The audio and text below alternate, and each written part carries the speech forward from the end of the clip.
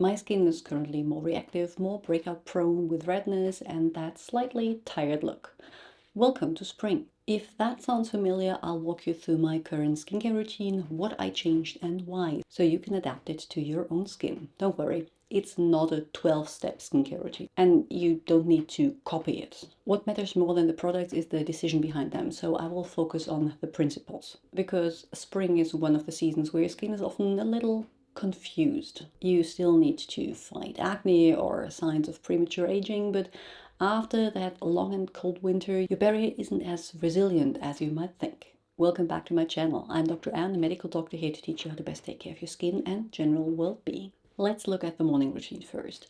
I start my mornings with the Zip Halo, a short 4-minute routine, and that is something that I do year-round, but that gets even more important in spring because due to seasonal allergies and just my skin being off, I'm really puffy when I get up, and this extra depuffing effect that you get through these strokes that you do is very welcome. Now you need a conductive gel to use the Zip, so I need to cleanse my face. I'm not sure if I would do it otherwise, because the more you cleanse, the more the chances that your skin gets irritated or dried out, but you just can't walk around with this gel on your face. And the cleanser that I use at the moment is the Inkiless Hydrating Cream Cleanser. It isn't stripping in the slightest, which is still important for me because the morning still can be quite cold, but other than that, it doesn't really excite me. It's more a workhorse than a treat in formal cleanser. Now to exfoliation, which can be difficult in these transition times. I'm still very much prone to congestion, but my skin is more reactive than it usually is. So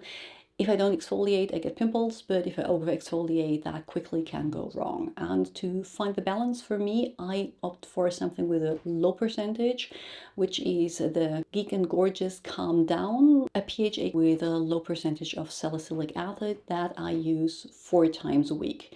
The low percentage of salicylic acid means it still keeps the congestion like under control, and the PHA, polyhydroxy acids, I don't really look at them as exfoliating as in surface exfoliant like glycolic acids or something like that would, but it's more of a mild, very mild exfoliation with a hydration boost, and that is exactly what I'm looking for now.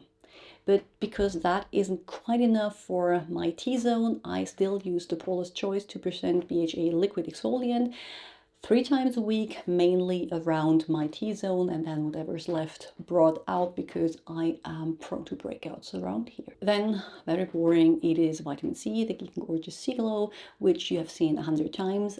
I love it, and it is my preferred way to get an antioxidant boost and something that helps with overall brightening. The eye cream I'm using right now is the OneSkin iOS Eye Supplement. You might wonder why, because I said in my review that I wouldn't spend that much money on it, and I still stand by that, but it has a lovely texture. I really enjoy how it feels on the skin, so no need to toss it, despite still standing to the fact that I wouldn't repurchase it for the claims and the really steep price point. Another one that might surprise you is the Inkiless Sim Bright Moisturizer, which I understand is not available anymore. When I first tried it, I didn't like the texture at all. It is something that you apply and that you can feel like sitting on your skin, not greasy, but like it is there.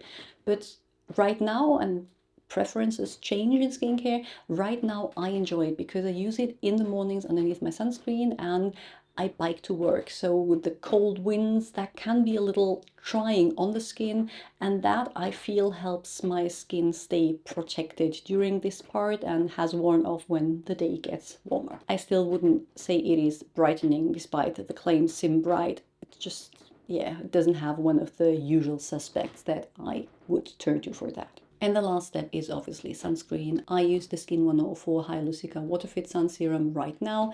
It is one of the 2 that I always alternate between. So just pick whatever you like and enjoy wearing.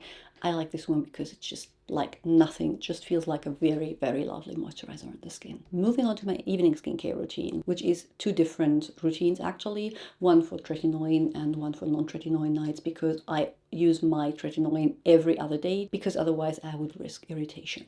The nights start off the same. I use the Geek & Gorgeous Mighty Melt Cleansing Balm to take off my makeup. I really enjoy it for that. It's very affordable but feels much more luxurious and gets rid of most of my makeup without any effort. So highly recommend. I have it purchased numerous times. And then I do my LED treatment for around 5 nights a week.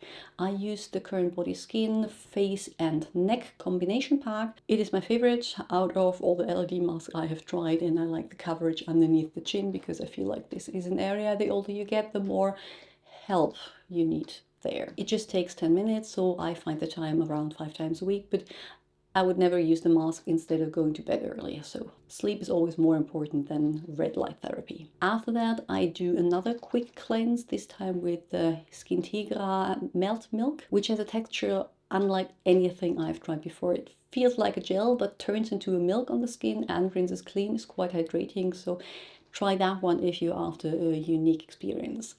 It probably wouldn't be necessary to do a double cleanse unless I've worked out and sweated a lot, but I like to do it because sometimes the LED mask can feel a little like stuffy. You have it on your face very, very close. I mean, obviously you need to wipe the LED mask too, otherwise you would just pile on the dirt of several days on your face, but I just feel better when I cleanse after using it. And then it differs depending on if I use tretinoin or non-tretinoin. So let's start with non-tretinoin. I follow up with a toner, and the one I'm using right now is from Abib, the Jericho Rose PHA toner.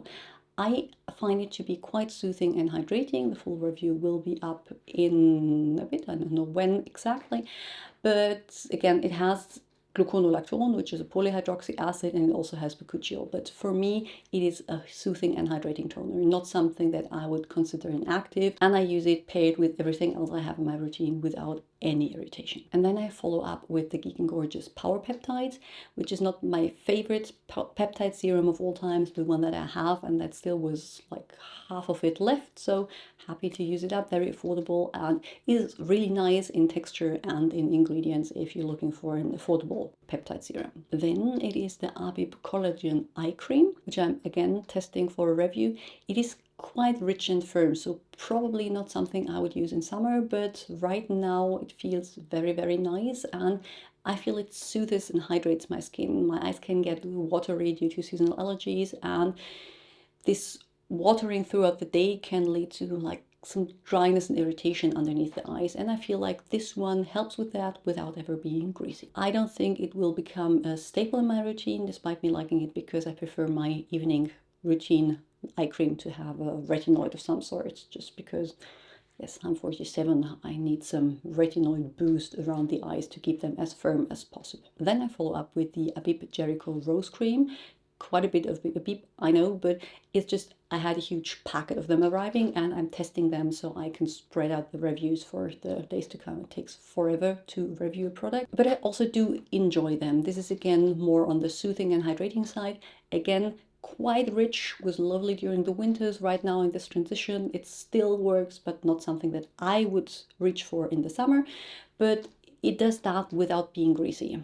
I'm sure you can relate, despite my skin not being as greasy as it used to be. If you've ever been greasy in your skincare journey, you will never be able to tolerate like something of this slugging thick thing on your face. At least I can't, and I probably never will. Now for the Tretinoin Nights, and a little disclaimer. This is what works for me after 10 years of using tretinoin for my adult acne. If you are a beginner, start slow, don't pair it with other actives. I have a whole video talking you through how to use it with minimal irritation.